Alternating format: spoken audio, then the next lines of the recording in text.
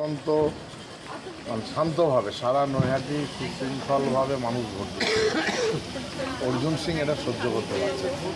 এই শান্ত নৈহাটিকে আজ নির্বাচনের দিন ও একটা অশান্ত পাকানোর চেষ্টা করছে, কিন্তু নৈহাটির মানুষ অত্যন্ত সজাগ সম্পন্ন মানুষ, বুদ্ধিসম্পন্ন মানুষ। এই নিয়ে মাথা ঘামান জানে, যেহেতু আজকে নৈহাটিতে নির্বাচন, অর্জুন সিং চেষ্টা করছে বিভিন্নভাবে একটা অশান্তি পাকানো। এটা ওর ক্যারেক্টার, ও বঙ্গুলির বাড়ি চলতে পারে না। আজকে তৃণমূল কর্মী একজনকে গুলি করে মেরেছে, কিন্তু আমরা ভোট নিয়ে ব্যস্ত আছি, যেহেতু আমাদের নির্বাচন চলছে। আচ্ছা, একটা কথা বলছি যে আপনি বিভিন্ন জায়গায় ঘুরছেন, কীরকম চিত্র দেখছেন? মানুষ স্বতঃস্ফূর্তভাবে ভোট দিচ্ছে, স্বতঃস্ফূর্তভাবে উন্নয়নের পক্ষে 3 নম্বরের ভোটাররা ভোট দিচ্ছে। একটু কম বলছি। হ্যাঁ, একটু কম চলছে। এখন সকাল 10টা পর্যন্ত ভোট পড়েছে 16.42%।